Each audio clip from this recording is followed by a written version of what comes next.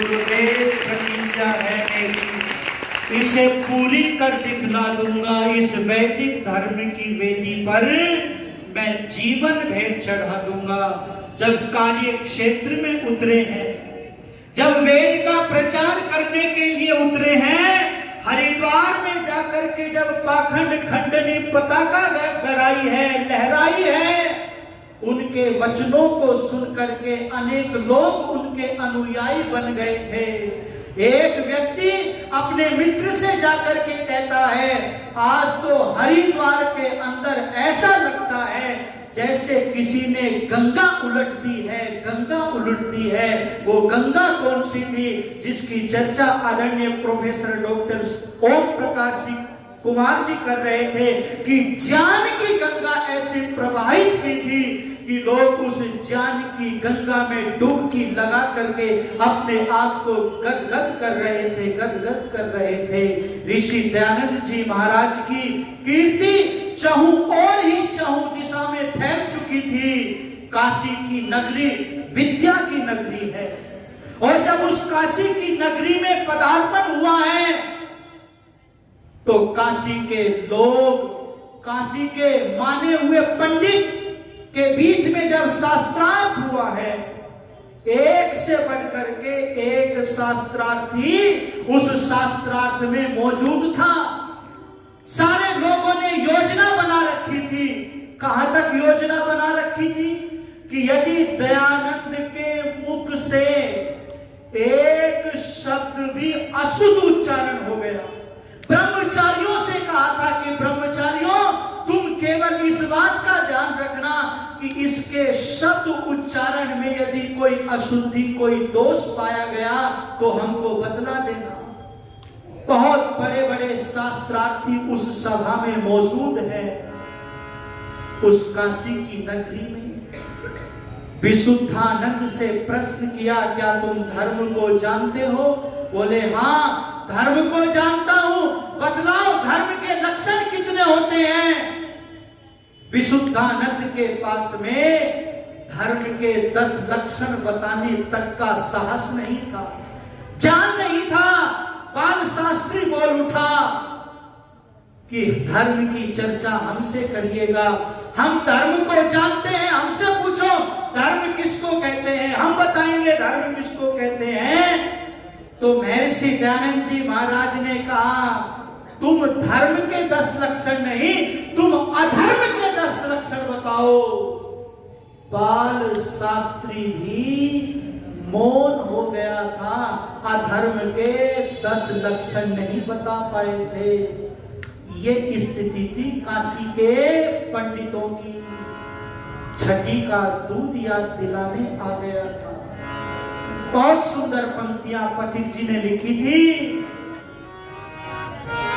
कौन काशी में आया है, कौन काशी में आया है, शिव जी की नगरी को किसने मान दिलाया है। कौन काशी में आया है, कौन काशी में आया है, शिव जी की नगरी को किसने मान हिलाया है।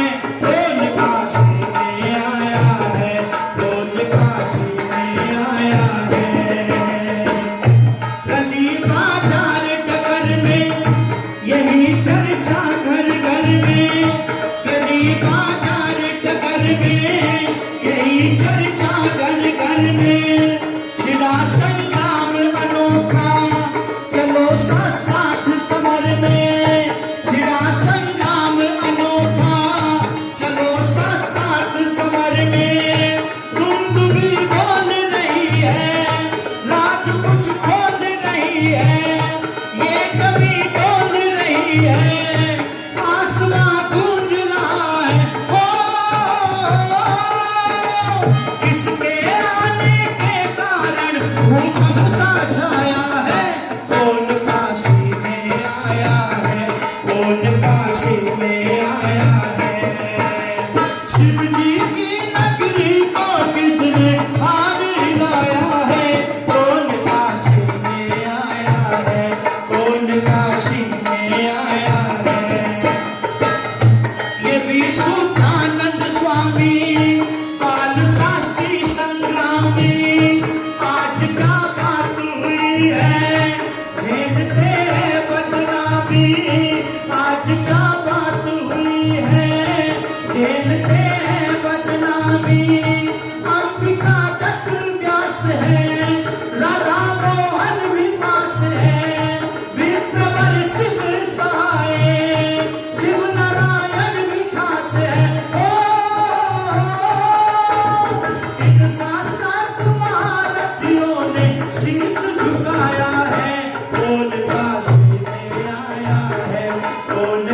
काशी में आया है।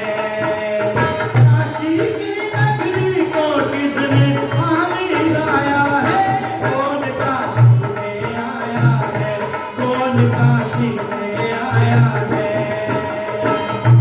एक धंधी सन्यासी बात कर गया चरासी। एक धंधी सन्यासी बात कर गया चरासी। नाम सुनते ही छाई सबके चेहरे पे उदासी। विरजानंद का ये चेला, ये दयानंद अलबेला।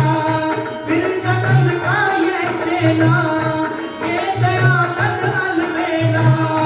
पवन सुत बन कर लंका भस्म कर गया अकेला। दुर्गम काशी महादुर को पथ के गिराया है। कौन काशी में आया है? कौन काशी में आया है?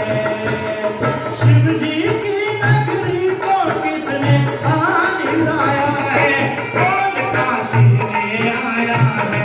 कौन काशी में आया है? कौन काशी में आया है? कौन काशी में आया है? कौन काशी में आया है?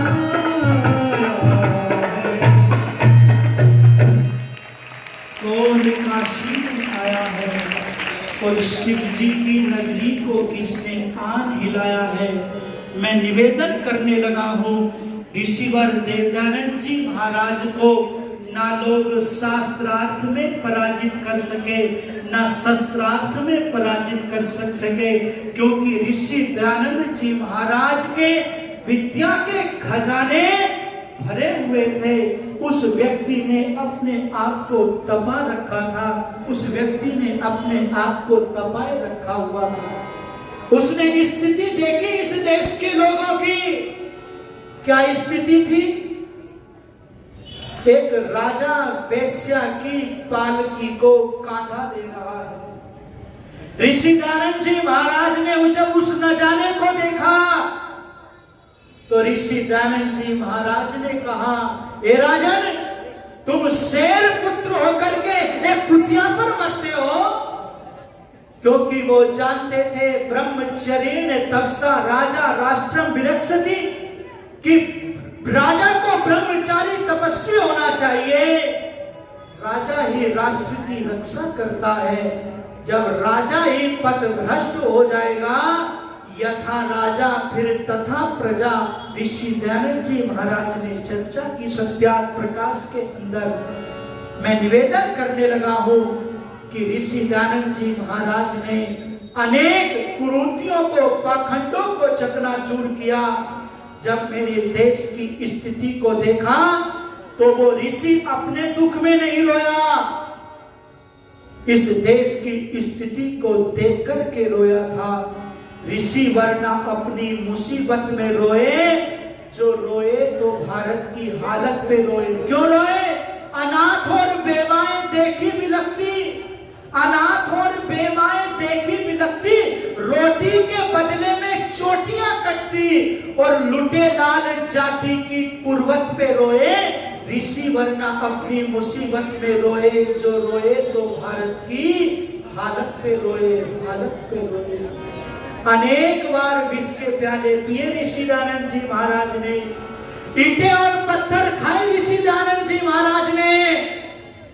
जिन माताओं बहनों को विवाह करने का अवसर नहीं था, जिन माताओं बहनों से पढ़ने के अधिकार छीन लिए थे, ऋषिवर देवदानंद जी महाराज ने यथे मां वाचम कल्याणी मां वदानी जनेभ्य का उपदेश करते हुए कहा कि सब वेद पढ़ सकते हैं, सब यज्ञोपवीत धारण कर सकते हैं। मैं निवेदन करने लगा हूं, उस ऋषिवर दयानंद जी महाराज ने पढ़ने के अधिकार दिए, यज्ञ करने के अधिकार दिए।